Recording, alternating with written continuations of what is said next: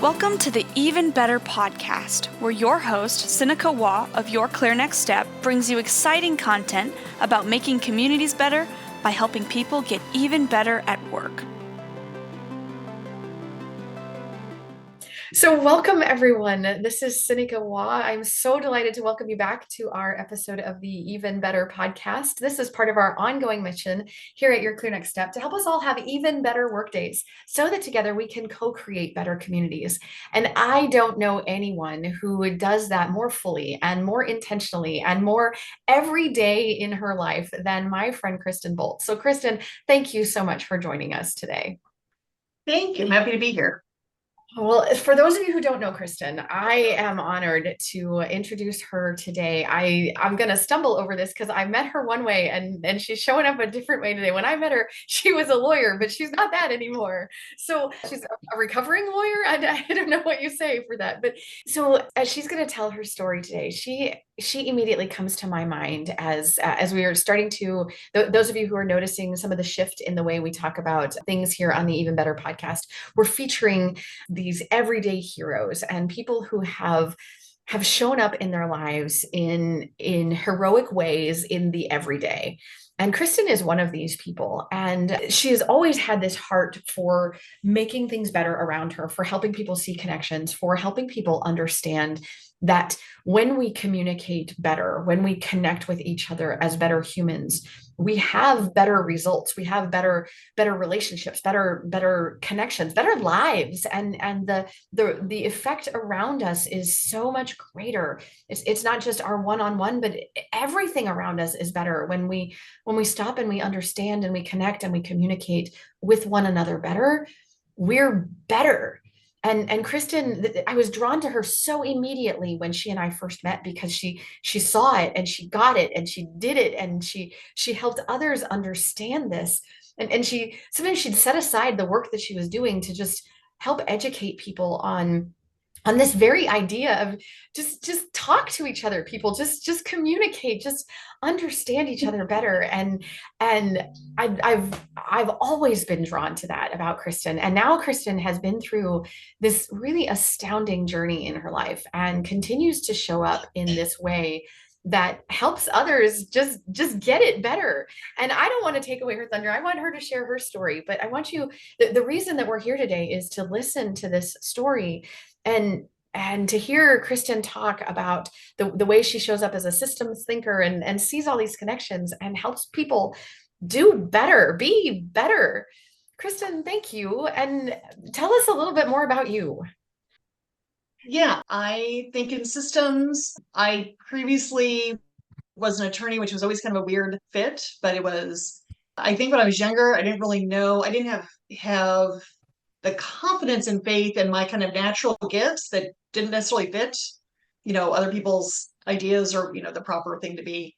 And so I thought, well, this is a good costume I can put on. Like this, okay, this is an identity and my family will be happy and people will be happy and no one will look too close. And as I have grown and gone through a series of kind of rough times, I have broken out of that mold and really learned to come back to those unique gifts and that kind of unique way that I'm wired. We all have these unique gifts. We are all born with a unique light in us that we're supposed to share, but that's not always encouraged. Our systems go, okay, well, we need you to check these boxes and go to school and do what you're told and follow the rules and kind of fit into our mold, into our box that we want you to be in. And we don't encourage that light. I have this idea for a book in my head that we'll see if I write someday, but do we start with kind of assuming original sin or original grace? Do we say, but for our rules and constraints, people are just gonna, go off the rails and it'll be chaos? And that's kind of what we have, because now we need that constraints in the systems and follow the rules and all these to kind of keep everybody in line, as opposed to original grace that says everyone has this light. How do we design our systems to help bring that light out in every person, to help every person come to their full unique contribution? And that still has accountability and all of those things, but it's accountability because we're worthy, not to prove we're worthy. And so I spent a lot of time and years sitting in my box and trying to fit in and make everybody else happy. And went through a bad divorce. He'd become an alcoholic and then a mean drunk. And so that was an ugly hole we all went through and got through that and got my girls healthy and doing well and educate all the things I had to do, but kind of ignored myself through that because I was just in crisis mode. I've got to take care of everybody else. And then in January of 2023, okay, it's a new year, New Year's resolution, we're going to start exercising. So off I go to the gym, meet with the trainer, do the thing, come out, hit the ice, down I go, pop, pop, broke 3 bones in my ankle. And as I sat there and they came out, they kind of held me, I called a friend of mine and I said, this is how unintrusive I want to be on everybody. And I called her and I said, hey, what are you doing this morning? She goes, well, I just got done working out, and I have a meeting. I said, well, I've done this. I need to go to the hospital. She said, yeah, next time you open with that. You're standing there with a dangly ankle on the sidewalk. You don't go, what are you doing today? So I had 10 weeks of they had to wait a week for surgery for the swelling to go down. I had 10 weeks of no weight bearing, couldn't leave my house, couldn't really work. Fortunately, I fell on somebody else's property, so I had some help with not working and could still pay bills. And the same friend came over one night. She goes, I had a really weird thought today. I know this is random, but you've hit your deductible with the broken ankle and the surgery. You should go do all your, 50-year-old lady tests this year. Oh, no, yeah, probably. I haven't had a physical in years because I don't get sick. So it's really easy to ignore your health if you don't really get sick. And got Emma, my oldest, graduated and came back and had my first physical, and they found a lump. And then more testing, and they found a second one. And I was told if there's 2, there's more than 2. So they had to do a mastectomy on one side. And they said, you're going to have to be off work 4 to 6 weeks. And I was like, no, I'm not. At that time, I think I'd started working for a friend of mine. But it's just me. I mean, there's no, I was doing part-time work, you're a solo. Someone tells you you're not working for 4 to 6 weeks, you kind of panic. And I was sitting at dinner with some friends of mine. I was like, well, I'm just gonna have to, figure out how to cheat and work from home. And they kind of leaned in and said, no, you're not gonna do that. You're gonna let people help you. You're gonna if this was one of us, you would be rallying the troops. You're going to let your friends help you. And I kept getting that message. I had some friends, kind of bluntly go, please get over yourself and let us help you. The best analogy a friend said was that think about it from your faith standpoint. We are called to wash each other's feet. And your friends can't answer their call if you are hiding your feet.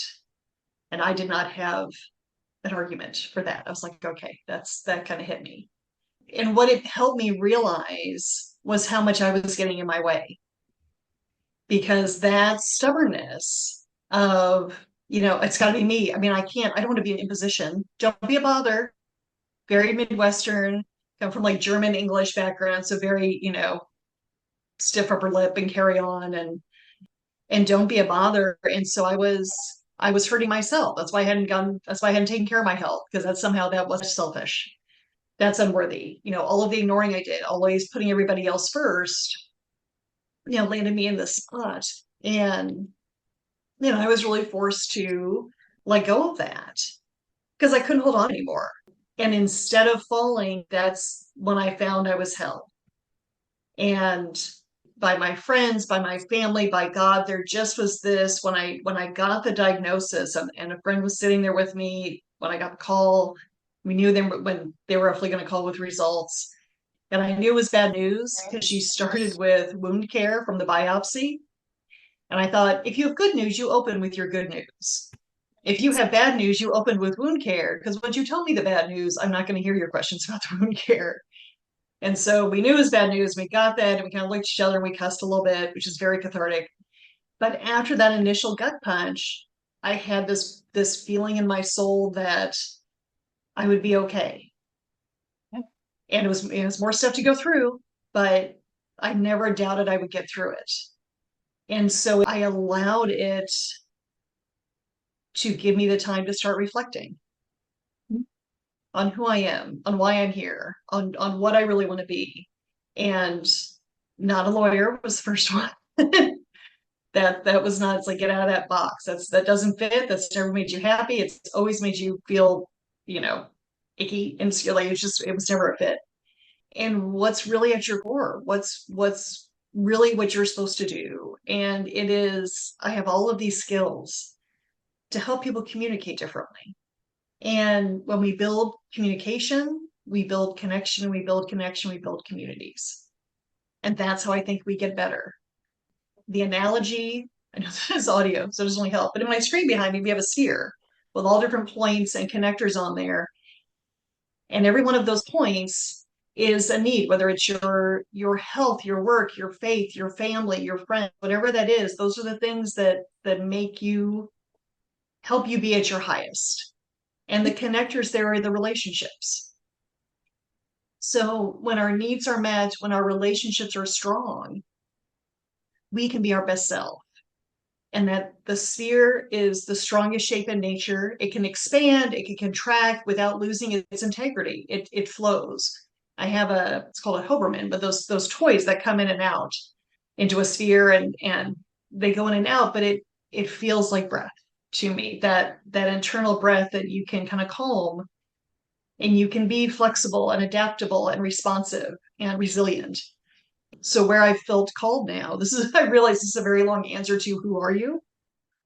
But where this journey has taken me, because it was the initial mastectomy, and then they did an implant, and then they did radiation, and then radiation screwed things up. I mean, it got rid of the cancer, but then it created some other issues. And that's cancer's bad, and the stuff they do to get rid of cancer is bad. I mean, it's kind of part of the par for the course.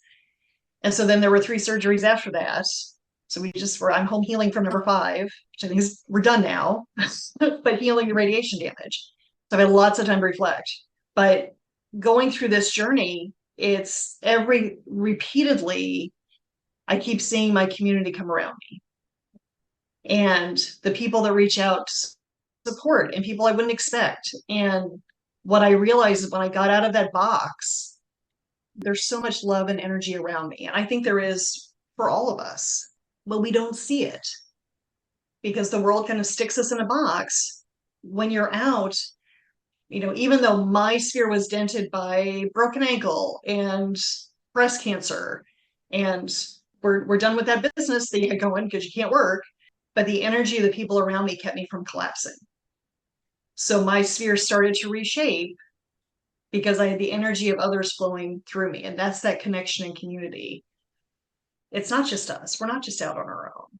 So that's what I want to help other people realize, and start to see themselves and others in the world differently, that we're made for connection, and we're made for community, and we're stronger together when we come out of those boxes and realize those connections are always there. We're not building something new.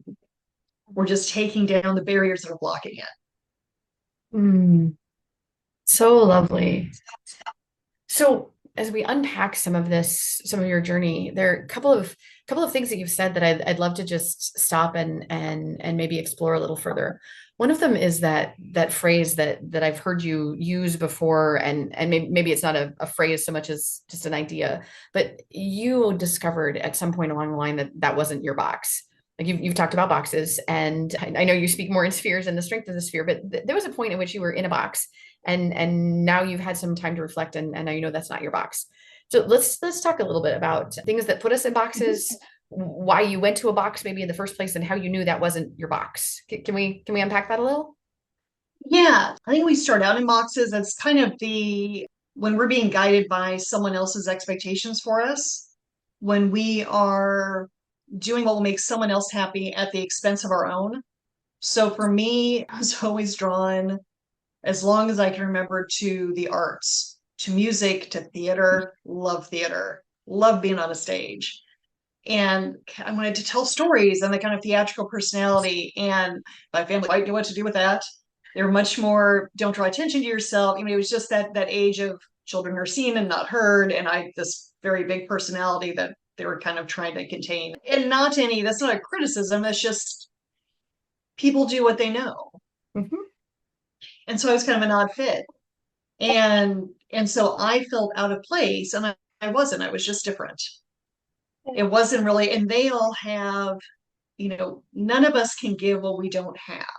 And all of us have our own story, our own history, our own trauma, our own experiences that feed into where we are.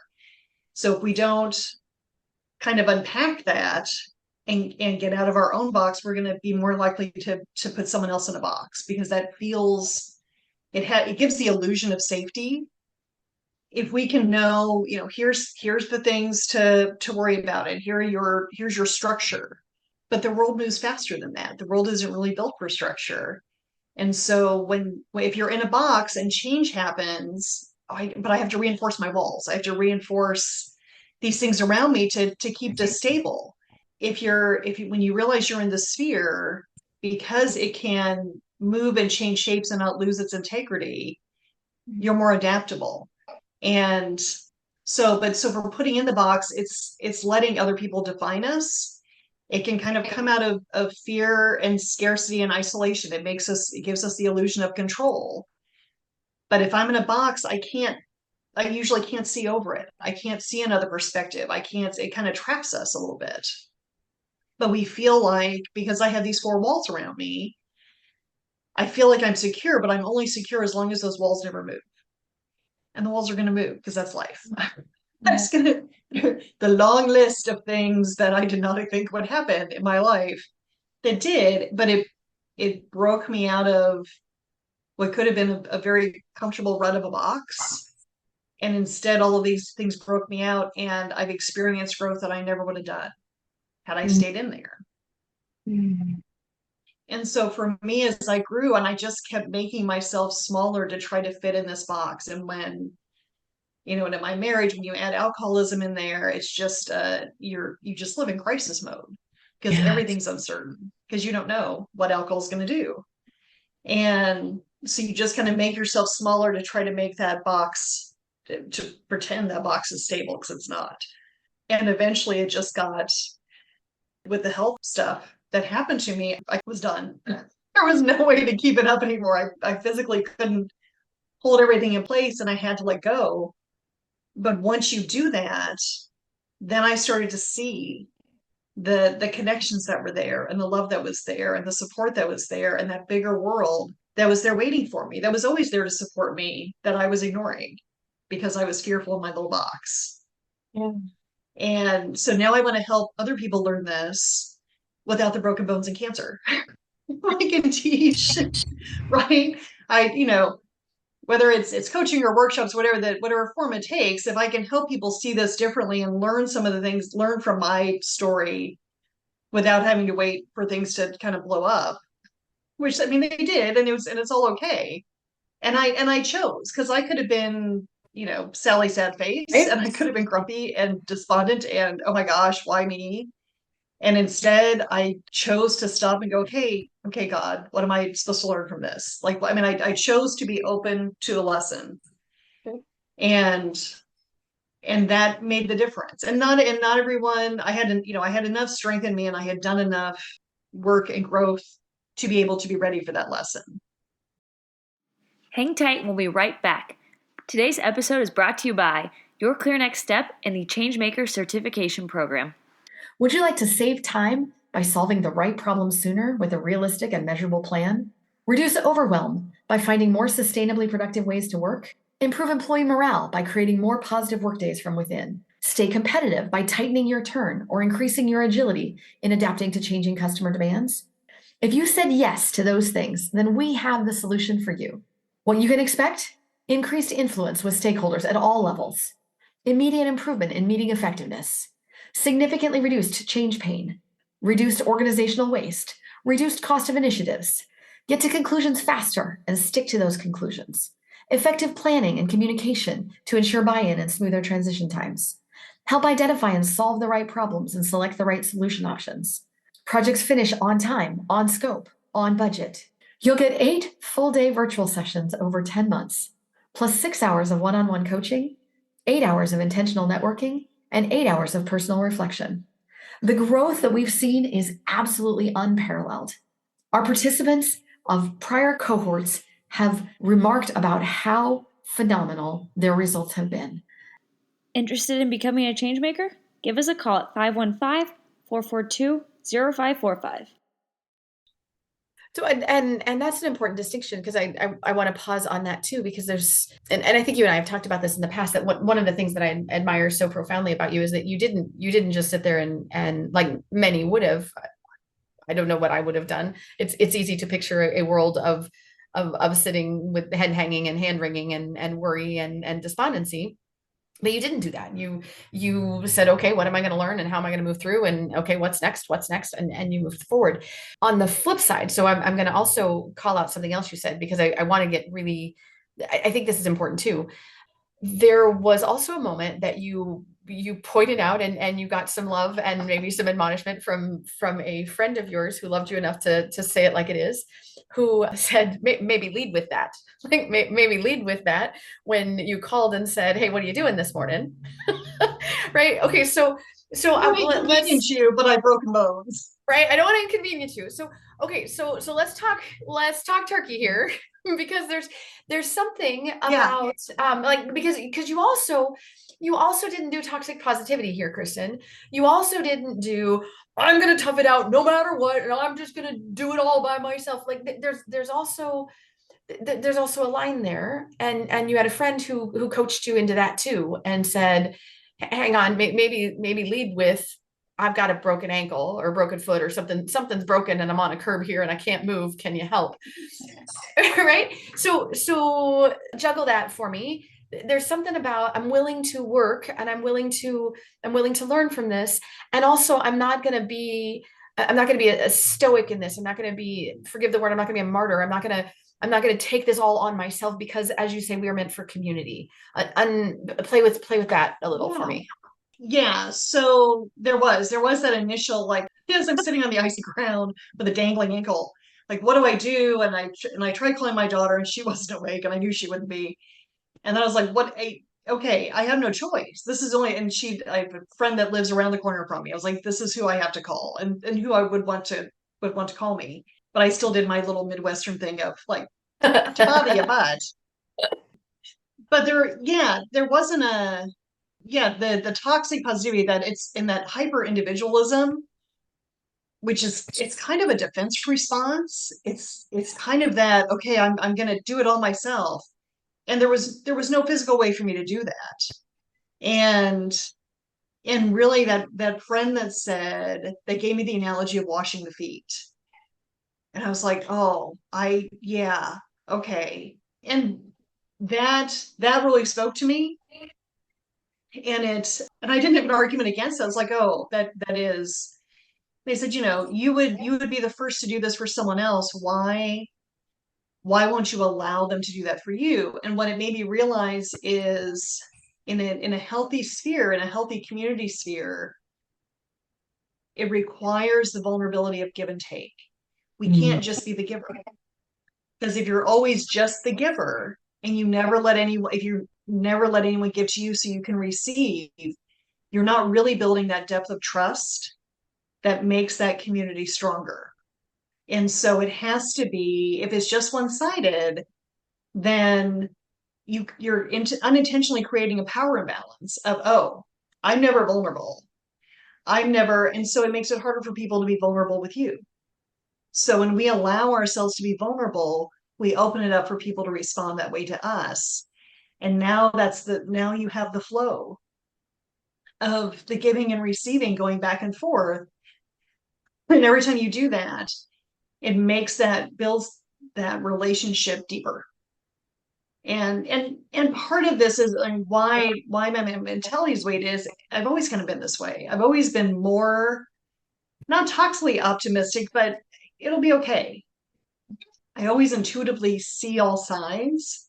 If you're familiar with the Enneagram, I'm a 9, very much so you see all sides of things. And so that helps me be a little bit more, it helps me not catastrophize because I can see all the elements.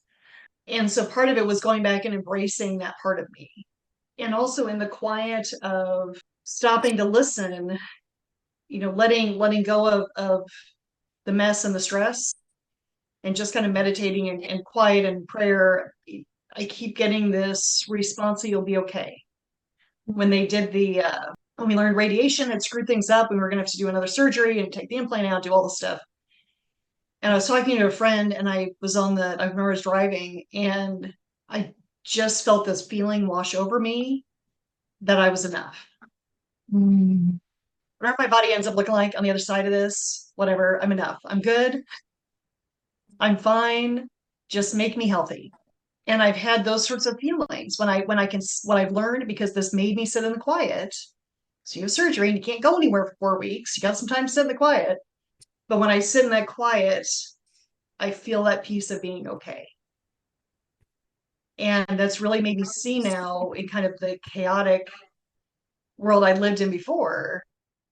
Oh, I don't want to do that. How do I live differently and keep this and live as an example of a different way of being for others? And how do I build this new business? How do I build this differently to be a model of what I've learned, and not just go, okay, I'm healthy, I'm going to go back to the chaos again? Nope. I had a friend said, oh, this is so good, you'll be healthy, and then you can be really busy again. I was like, I don't want to do that. I don't want to throw away the lessons that I've learned, but it's got to look different. And if I can be a model, maybe other people can see, oh, there's an option. Mhm. Again, so I can help others on this journey without having to go through the cancer Yeah. and the broken bones. Yep. You have long talked, Kristen, about communication and making sure that people understand effective and healthy communication, and that communication builds good connection. I want to take us in a slightly different direction, though. I want to ask about, you've recently started making sure that we see our community, that you really see the people around you.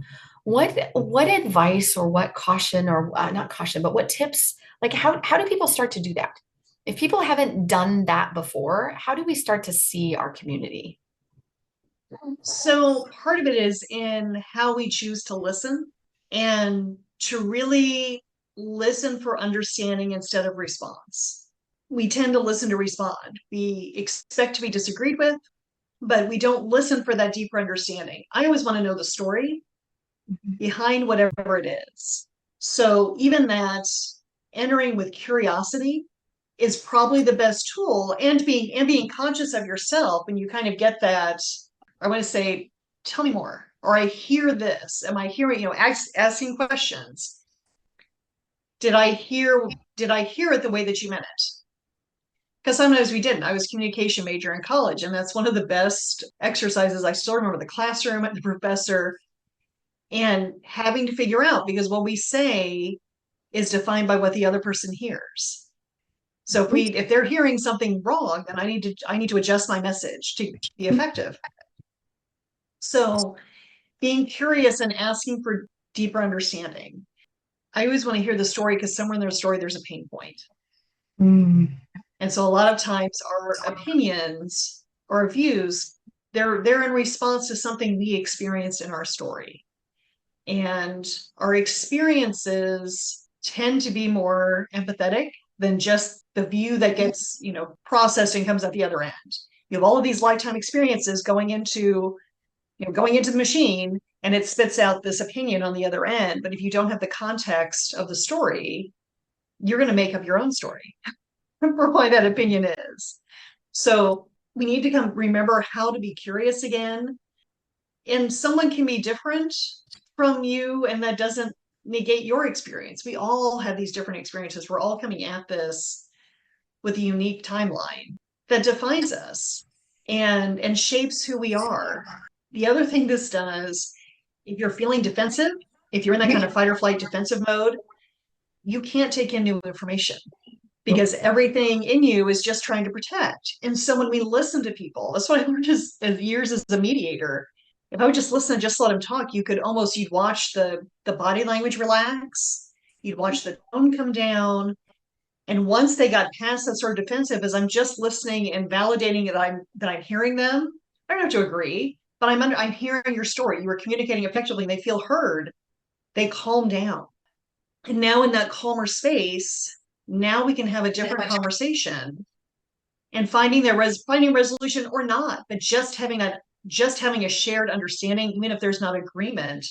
The physical nature of people changes, because it's okay. I can coexist with someone that I disagree with. We used to do this all the time before the internet and that bizarre you used to have people that different views and different things. And it was fine. So we went and barbecued or we played golf or whatever, it wasn't all about that.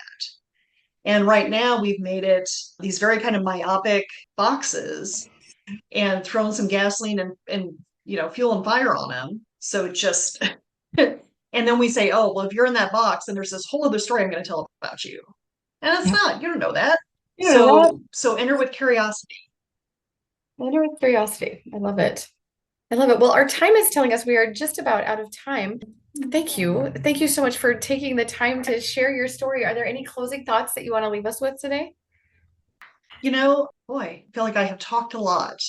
But I'm glad we ended with curiosity. Be curious. We don't hate each other as much as we think we do in the world. No, we don't. We had a pastor, and I always love this quote that the things that are the most personal are also the most universal. And there's some common humanity out there that we've lost sight of. So be curious. Be curious. So, Kristen, this would not be the Even Better podcast if I didn't ask my trademark question. What's making you even better these days? Oh, I think my biggest thing has been taking the time to meditate and spend some time with myself. That sounds kind of new agey, but spending some time. I did some painting yesterday, just a little canvas and but letting myself just be, whether it's in a creative space, whether it's meditating, whether it's prayer, just spending that time internally and sitting in that calm, because it opens up a lot of new ideas. So spend some time in the quiet and you'll hear some new things. Oh, I love it. I love it. Kristen, thank you so much for your time today. What a joy to spend this time with you. Absolutely. Thank you. Thank you. And for all of our listeners, thank you so much for tuning in. If you missed that or you're just now paying attention again because you zoned out while you were driving, go back and rewind because there was some just wonderful gems in there. And on behalf of all of us here at Your Clear Next Step, we hope the rest of your day is even better.